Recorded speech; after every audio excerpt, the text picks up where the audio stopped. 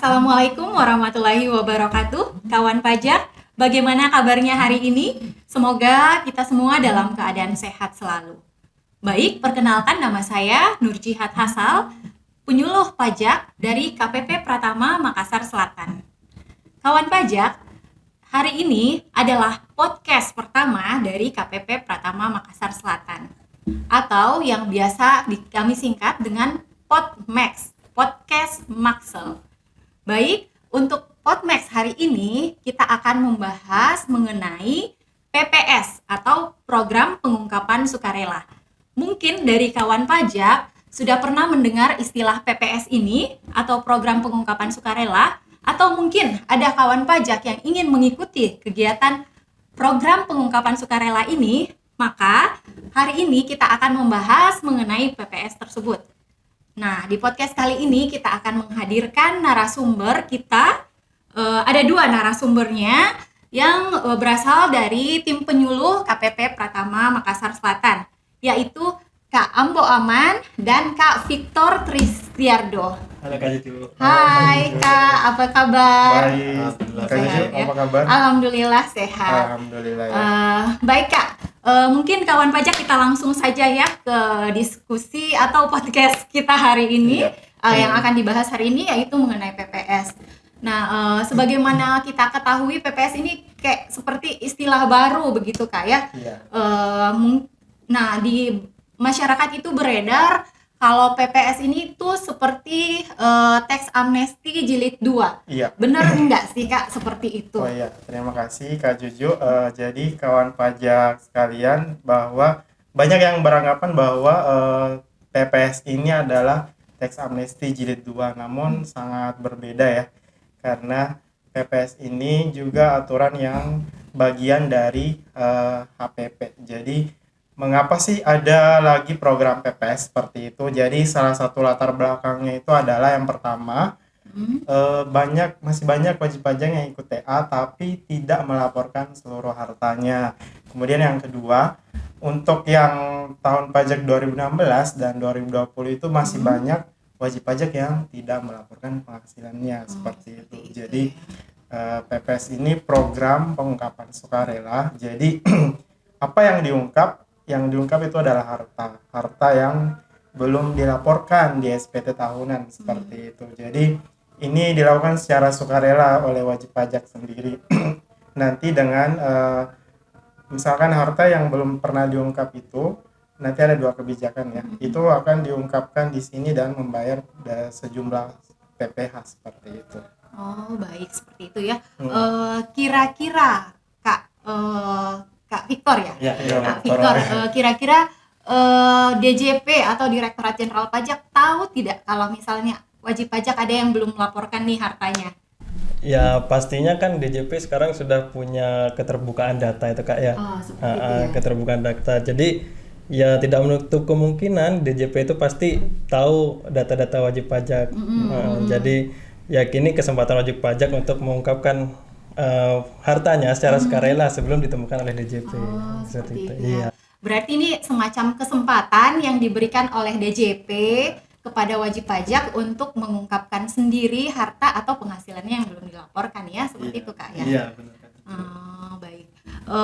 Program ini ada masa berlakunya tidak Kak, atau dia berlaku sepanjang waktu? Iya, untuk PPS ini pastinya ada jangka waktunya ya. Tapi ini jangka waktunya lebih singkat Kak Juju. Jadi dia ini sebenarnya sudah lama, sudah sejak Januari 2016 itu 1 Januari ya. Sampai dengan 30 Juni 2022. Jadi tinggal beberapa hari lagi nih. Iya ya, tinggal menghitung hari Kak. Tinggal menghitung hari ini. Jadi wajib pajak yang ingin ikut, ayo berlomba-lomba untuk cepat ikut supaya nanti tidak terlewat. Jadi kami informasikan kalau misalkan PPS ini hanya sampai dengan 30 Juni. Seperti itu, Pak. Jadi kawan pajak ini sudah menghitung hari, sudah mendekati 30 Juni, mendekati. ayo kita segera manfaatkan PPS ini. Nah, kalau nggak salah nih Kak, ada dua kebijakan katanya dalam PPS ini, ada kebijakan 1 dan kebijakan 2. Nah, kira-kira perbedaannya apa itu Kak? Kebijakan 1 dan kebijakan 2. Jadi ada dua kebijakan ya. Jadi secara garis besarnya itu Kebijakan pertama untuk wajib pajak orang pribadi dan badan yang sudah ikut tax amnesty. Yang kedua hanya untuk wajib pajak orang pribadi yang hartanya itu tahun pajaknya itu dari 2016 sampai dengan 2020. Jadi untuk kebijakan pertama ini ada hanya untuk TA dan wajib pajaknya itu orang pribadi dan badan saja. Tapi untuk kebijakan dua hanya untuk orang pribadi saja dan tahun pajaknya dari 2016 sampai dengan 2020. Jika misalkan yang kebijakan satu tadi itu harta yang dari 2015 ke bawah. Jadi bedanya itu. Nah, kemudian kebijakan ini kan dibedakan jadi dua ya. Jadi badan itu tidak bisa ikut yang kebijakan yang kedua karena itu harus khusus Khusus untuk untuk orang pribadi seperti itu. Mengenai tarifnya, Kak. Tarifnya. Oh iya, tarifnya juga berlapis ya. Maksudnya ada 3 jenis tarif ini untuk tergantung wajib pajaknya, kondisi hartanya nanti akan diinvestasikan atau misalkan hanya dideklarasikan atau hanya direpatriasi.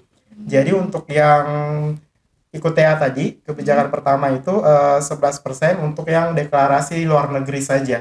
Jadi misalkan ada harta di luar negeri itu dia deklarasi diungkapkan tarifnya 11%. Terus yang kedua tarifnya 8%. 8% itu untuk yang deklarasi dalam negeri atau yang repatriasi dari luar negeri ke dalam negeri ya. Maksudnya memindahkan hartanya dari luar negeri ke dalam negeri dan harta yang dideklarasikan dari dalam negeri itu tarifnya lebih sedikit ya 8%. Nah, terakhir ini yang lebih kecil ini yang 6%. Jadi 6% itu untuk yang diinvestasikan ke dalam negeri. Jadi investasi itu terbagi dua juga, SBN sama yang renewable energy seperti itu. Jadi ada tarif 11, 8 dan 6. Jadi tergantung ya, hanya misalkan repatriasi saja atau deklarasi saja atau diinvestasikan. Nah, untuk yang kebijakan 2 untuk yang orang tadi pribadi, kebijakan 1 ini Kak, yang ya. kebijakan 1 ya. Nah, untuk yang kebijakan 2 itu dia tarifnya agak sedikit lebih tinggi ya. Ada 18%, 14% dan 12%. Jadi sama tadi. 18% itu yang harta hanya repatriasi saja. Yang kedua deklarasi dalam negeri, yang ketiga itu untuk yang diinvestasikan seperti itu. Oh, baik. Jadi sangat jauh berbeda ya kebijakan 1 dan 2 ini, terutama dari peserta yang dapat mengikutinya itu klasifikasinya wajib pajak badan atau orang pribadi, kemudian tarifnya juga berbeda. Baik. Kira-kira nih Kak Victor, kira-kira manfaat apa yang wajib pajak dapatkan dengan mengikuti kegiatan PPS ini? Ya, jadi kan tadi ada 2 kebijakan Kak. Jadi manfaatnya tuh berbeda-beda. Jadi kalau untuk yang kebijakan 1 itu manfaatnya tidak dikenai sanksi berdasarkan Undang-Undang Tax Amnesty, ya sanksi yang lalu yang 2015 ya kalau salah ya. Nah, kalau untuk yang kebijakan 2 itu manfaatnya tidak diterbitkan ketetapan Kak. Jadi mungkin ada wajib pajak yang sering dapat surat cinta tuh ya dari DJP. Jadi ada surat tagihan pajak, surat ketetapan pajak kan biasa disebut surat cinta. Biasanya orang kalau terima surat cinta tuh berbunga-bunga, ini dapat surat cinta dari Direktorat Jenderal Pajak. Wow, shock. Jadinya saya bukan berbunga-bunga jadinya. Iya, jadi kalau yang sudah mengikuti kebijakan 2 program pengungkapan sukarela itu tidak akan diterbitkan itu Kak. Surat ketetapan pajak, surat tagihan pajak tidak akan diterbitkan dari 2016 sampai 2020. Lalu ada lagi manfaatnya itu ada perlindungan data.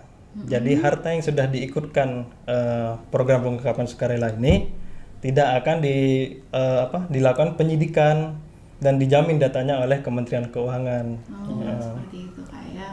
Wah, banyak juga ya manfaatnya kawan pajak. Nah, makanya ayo kita ikut PPS. Mumpung masih ada beberapa hari lagi nih kawan pajak. Kalau misalnya nih Kak, masih ada harta yang belum diungkapkan oleh wajib pajak sampai dengan selesainya program ini, itu ada sanksinya nggak Kak? Iya, yang jelas harta yang ditemukan oleh DJP ya dikenakan sanksi. Yang misalkan ada harta nih yang untuk yang kebijakan 1 yang sudah ikut TA ternyata masih ada harta yang tidak dilaporkan, maka dikenakan sanksi ada 25% untuk badan, kemudian ada 30% untuk OP, dan 12,5% untuk WP tertentu. Kemudian aset yang tadi yang dikurang diungkap itu dikenakan sanksi lagi 200% dari harta bersih yang tadi. Kemudian untuk yang kebijakan 2, jadi dikenai PPh final dari harta bersih tambahan tadi. Jadi harta bersih tambahan yang tidak diungkap itu tarifnya 30%. Kemudian aset yang kurang diungkap tadi lagi dikenakan lagi bunga per bulannya. Kemudian ditambah aplik faktor 15% seperti itu.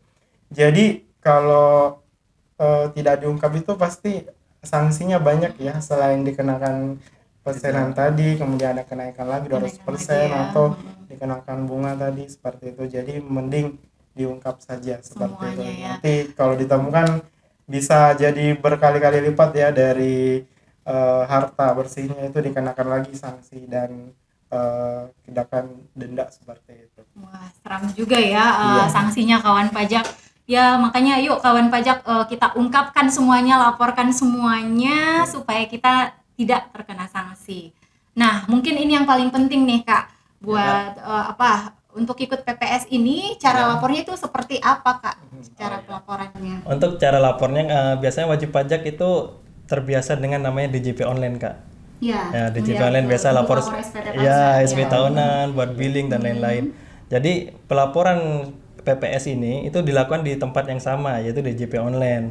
Ya caranya seperti laporan SP tahunan yang usaha, usaha atau badan usaha. Jadi nanti download dulu nih ada namanya Adobe Acrobat Reader DC ya, download dulu yang 32 bit, terus install, baru nanti di menu profile itu aktivasi fiturnya dulu, aktivasi layanan dulu, aktivasi layanan PPS dulu.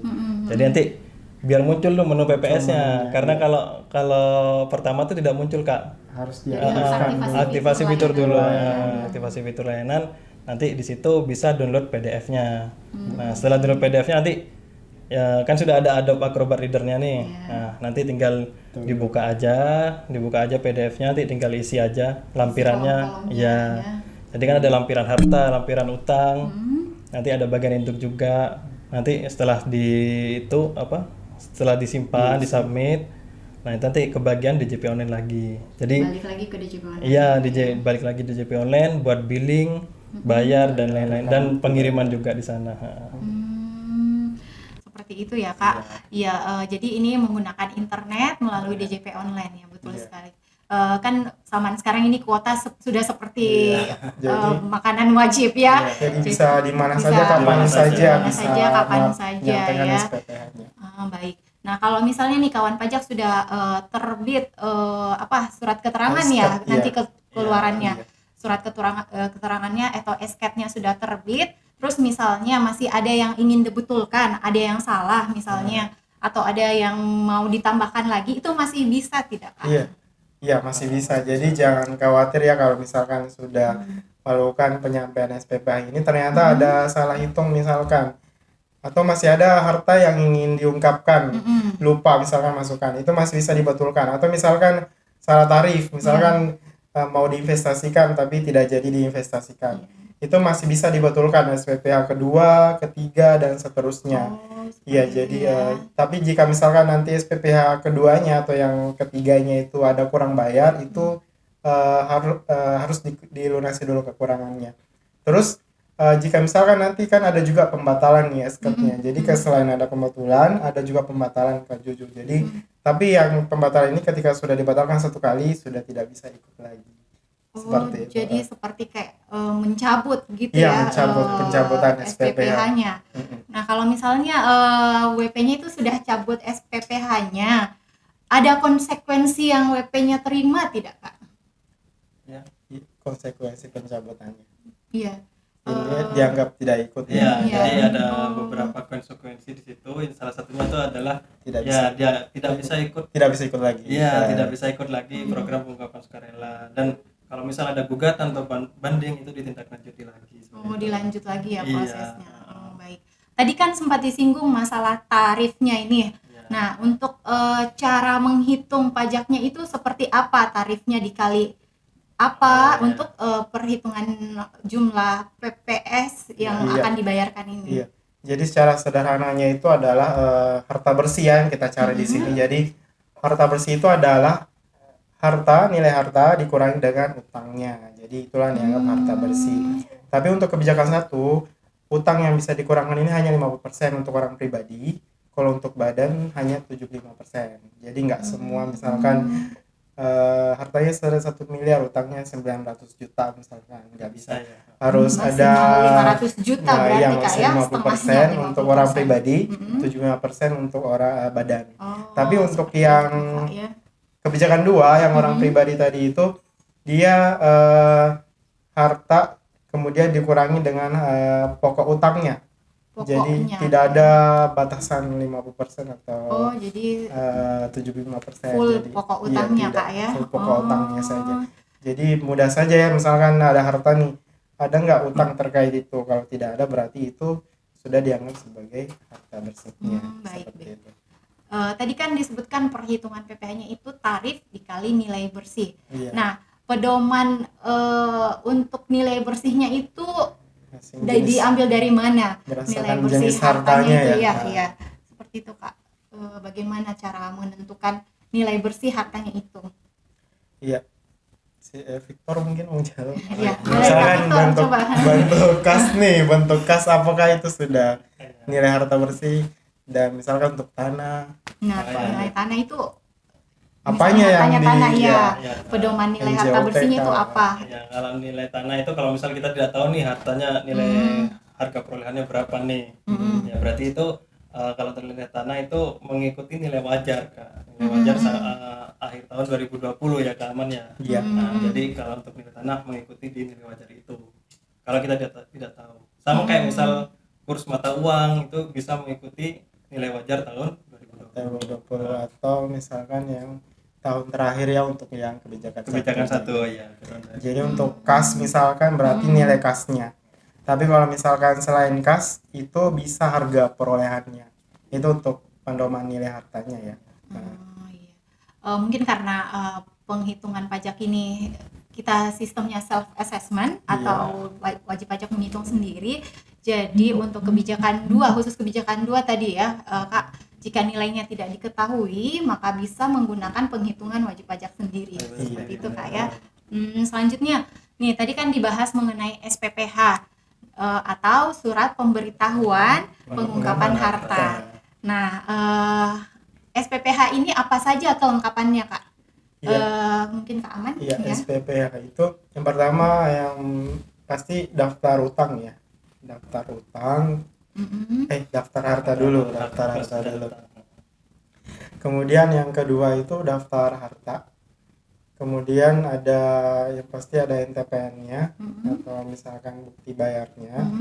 Kemudian yang kedua untuk yang kebijakan 2 itu ada tambahan berkas yang surat pernyataan mencabut segala upaya hukum yang dilakukan. Jadi kalau misalkan kawan pajak misalkan mau ikut PPS, kemudian ada upaya hukum yang dilakukan, apakah itu misalkan restitusi, sanksi dan sebagainya, banding, gugatan, Sanksi, itu harus dicabut dulu. Jadi nanti dilampirkan di SPPH-nya seperti itu, di DJP online. Untuk kebijakan kedua itu ya Iya. Kak ya. Jadi yang paling penting sebenarnya yang harus disiapkan itu daftar hartanya dulu, saya potongnya, karena kan ini kan kita mau hitung berapa sih nanti tarif, berapa sih nanti yang kita bayar untuk ikut PPS ini. Nah nanti itu dibayar, yang jelas ada NTPN-nya kan nanti. Nah itu nanti yang diikutkan karena ini kan melalui DJP online ya. Jadi minimal garis besarnya seperti itu, daftar utang, harta sama dengan bukti pembayarannya. Dan tadi surat pencabutan upaya hukum yang tadi. Oh iya. Baik. Mungkin ini untuk syarat tambahan untuk kebijakan kedua ya. Kemudian untuk pembayarannya nih Kak, apa pembayarannya itu harus dibayar menggunakan e-billing atau bisa melalui prosedur pemindah bukuan Kak? Kalau misalnya ada pembayaran pajak dari pajak lainnya nih mau digunakan untuk pembayaran PPS, bisa tidak melalui pemindah bukuan? Kalau untuk billingnya, disarankan nih oleh Direktorat Jenderal Pajak. Jadi jangan buat billing melalui menu bayar, Kak. Ya, jadi kalau buat billing menu bayar kan manual tuh diisi jenis pajaknya berapa, jenis store-nya berapa. Jadi kalau di PPS ini disarankan langsung klik ada di bagian aksi itu nanti buat billing. Jadi pasti di situ billingnya tidak akan salah. Karena kalaupun salah Menghitung otomatis. iya menghitung otomatis. Jadi jenis pajak sama jenis setorannya itu sudah otomatis gitu. Heeh. Nah, kalau misal salah, misal kita nih ternyata tidak tahu caranya buat billing otomatis kan di menu bayar tuh. Iya. Nah, kalau di menu bayar itu ada kemungkinan salah. Karena kita input sendiri. Iya, kan, ya. input sendiri jenis pajak jenis setorannya. Itu kalau kode khususnya juga. Iya, ada kode KJS, khususnya. KJS dari mapnya. benar. Jadi kalau misal salah, kan biasa tuh pemindah bukuan wajib pajak. Nah, kalau untuk PPS ini tidak bisa dipindah bukukan, Kak. Jadi yang sudah dibayar tidak bisa dipindah bukukan ke maksudnya untuk pembayaran PPS yang lain gitu ya. Oh, seperti itu. Jadi kalau misal PPN mau Ya. dilakukan ke PS itu tidak bisa. iya. Jadi harus tetap melakukan pembayaran. Iya, kalau misal salah ya berarti bayar ulang, yang ini diajukan pengembalian pendahuluan. Iya. Oh, pembayaran Yang seharusnya tidak terutang. Tidak terutang, iya. Oh, baik. Iya. Saya tambahkan sedikit tadi yang syaratnya itu untuk ikut PPS ada syarat umumnya juga yang jelasnya berani PWP. Kalau Harus ada misalkan PWP, ya. tidak berani PWP harus daftar dulu. Kemudian yang kedua harus lapor SPT 2020 dulu. Jadi harus kemarin ada wajib pajak yang bertanya di sistemnya tertolak. Kenapa? Karena belum lapor SPT tahun 2020 seperti itu. Kemudian yang tadi mencabut permohonan seperti itu. Jadi kemarin banyak wajib pajak yang bertanya dia terdaftar 2021 nih misalkan atau belum punya MPWP. Ya, baru jadi daftar, ya harus daftar MPWP dulu baru kemudian lapor SPT yang 2020-nya dulu walaupun misalkan mungkin Baru terdaftar hartanya tahun ini. iya nihil ya mungkin di isinya. Jadi harta yang mau diikutkan PPS itu tidak usah dilaporkan di SPT 2020 itu.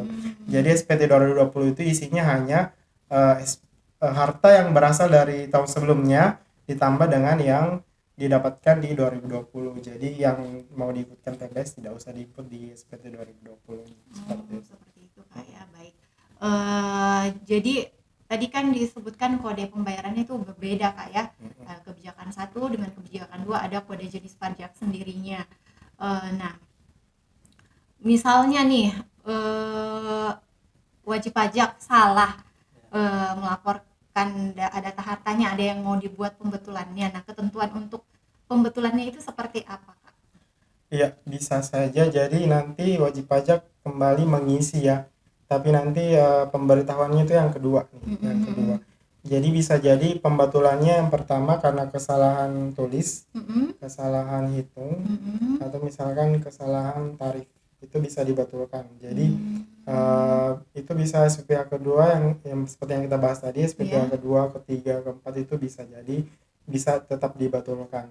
Jadi kekurangan bayarnya itu tinggal dibayar, nambah lagi. Tapi kalau misalkan kelebihan bisa diminta seperti yang tadi dijelaskan Kak Tito, itu pengembalian yang seharusnya tidak terutang. Jadi jangan khawatir kalau misalkan sudah membuat SPP yang pertama nih tapi ada yang salah, itu masih bisa dibetulkan. Jadi kedua, ketiga tidak ada batasannya. Tapi kalau sudah dicabut itu sudah tidak bisa. Bedanya dengan dicabut. Sudah tidak bisa dibetulkan. Tidak bisa dibetulkan lagi. Oh, baik. Nah, kalau misal tadi sudah dibahas ya, kalau misalnya ada kelebihan pembayaran itu WP bisa mengajukan pengembalian seharusnya tidak terutang ya. Tidak terutang. Nah, iya. Kalau misalnya nih wajib pajak mau mencabut SPPH-nya karena misalnya ternyata saya sudah lapor di SPT tahunannya yang lalu. Jadi dia mau cabut nih SPPH-nya, itu ketentuannya bagaimana, Kak Victor? Kalau untuk mencabut SPPH-nya itu bisa melalui DJP online tadi itu ya.